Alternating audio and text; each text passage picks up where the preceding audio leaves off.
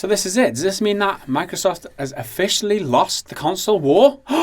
Let's just see how many Xbox fanboys we can piss off with this video. They seem to be quite quiet though. The Sony ponies are a lot louder than the Xbox ones, at least. Yeah. Like, if we say anything bad about PlayStation, Xbox One do we fanboys. hear about it? Yes, Microsoft has cancelled its much-anticipated fantasy RPG Scalebound after years of development and anticipation. The Xbox and PC exclusive was due out this year, and it had been in development for about 3 years, so it was a safe bet that it should have been nearing completion by now. So just why the hell did Microsoft cancel it, and where does it leave the company now as far as exclusives go? Scalebound was first pitched as a concept way back in 2006 when Platinum was first formed, but the studio instead moved development onto what became the well-loved spectacle fighter Bayonetta, which eventually released in 2009. When the company finally started development on Scalebound in 2013, director Hideo Kamiya Hideki. You racist bastard. I am reading everyone with like a Japanese sounding name is Hideo Kojima. Oh, that made me racist.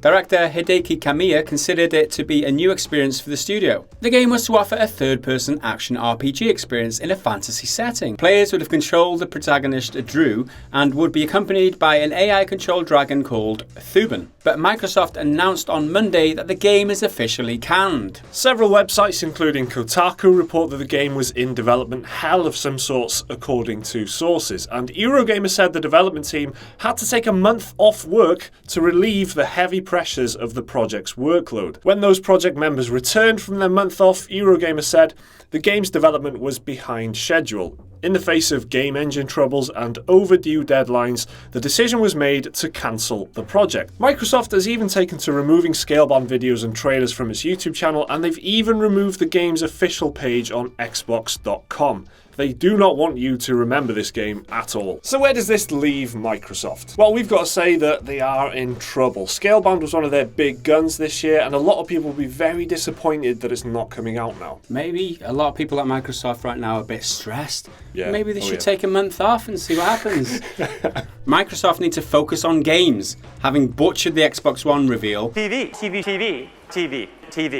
Xbox, go home. And this will have been a body blow in their struggle to catch up with Sony's big sales lead. But what other exclusives does Microsoft have left to offer this year? Well, when confirming the news about Scalebound, Microsoft said, after careful deliberation, Microsoft Studios has come to the decision to end production for Scalebound. We're working hard to deliver an amazing lineup of games to our fans this year, including Halo Wars 2, Crackdown 3, State of Decay 2, Sea of Thieves, and other great experiences. So when you read that, the message here is, forget about Scalebound, we've got loads of other great games on the way, which is like about as best as you could do with this news as a PR person. Yeah, talk about deflecting the issue. Yeah. Isn't it? It's like, No, forget about Scalebound, it was shit anyway. But have Microsoft really got any other games to offer this year?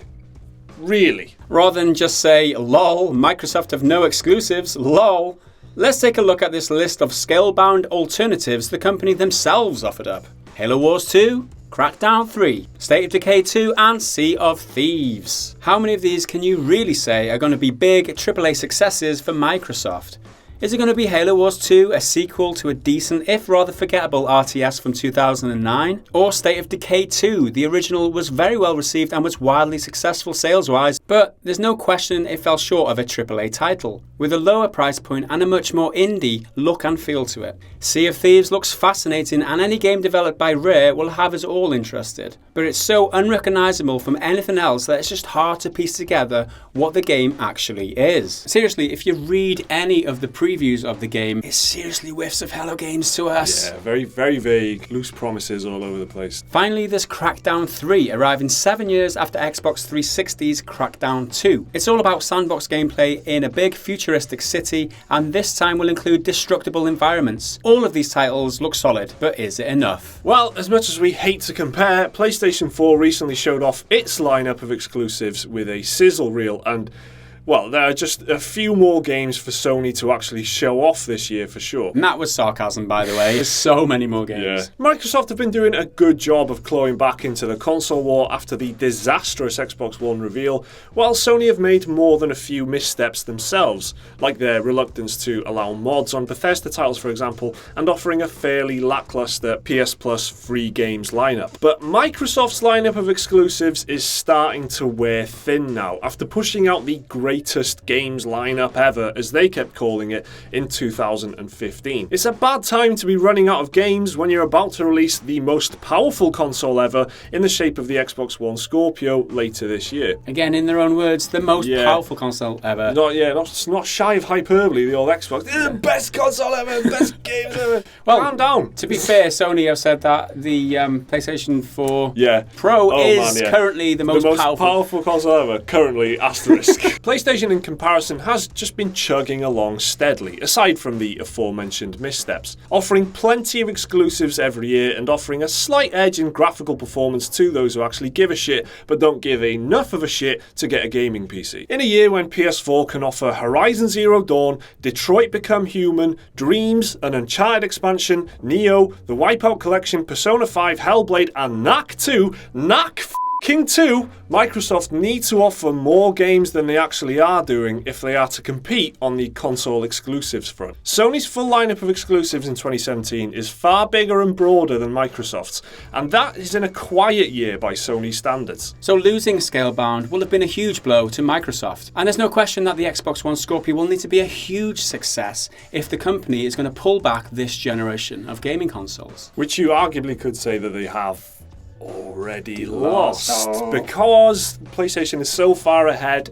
They had, PlayStation had a good end to 2016. Microsoft was clawing it back for a few months. They were selling really well, outselling the PS4. I think, off the top of my head, Xbox One has sold half as many consoles as PlayStation 4. Yeah, as far as we know, because they're not open. They don't come clear with the figures. Around about there. If that's the case, where's the incentive for developers to publish games on the Xbox One? It just seems to me like Microsoft are on the ropes, and if PlayStation hit another couple of big blows, then they might be out for the count for this generation at the very least. 50 million people have already got PlayStations. That's 50 million people who could potentially buy your game. So what Sony did was get consoles out to everyone very, very quickly. People adopted this generation quite quickly. One can't help but wonder what happens next for Microsoft. Will they rush forward the next generation of consoles? That's one way to get out of this hole that they're in. They've taken a big gamble with the Scorpio because it could be a huge payoff, it could be an amazing console, but it might be a huge gamble that doesn't pay off at all, because what if Sony come out with PlayStation 5 in 2 years' time? There's nothing stopping Sony from in a couple of years' time going, here's a PlayStation 5, you can take your entire PS4 library over to the PlayStation 5, enjoy. Yeah. You don't know what's going to happen. And Microsoft is still trying to develop their VR experience, which PlayStation got out 3 years ago. And that's another point. Yeah, the PlayStation's got a VR experience as well. So if you want to use a friendly, affordable VR experience, you got to go PlayStation. Just from a business point of view, I think that they're outmaneuvering Microsoft quite well at the moment. But the short version is buy a PC.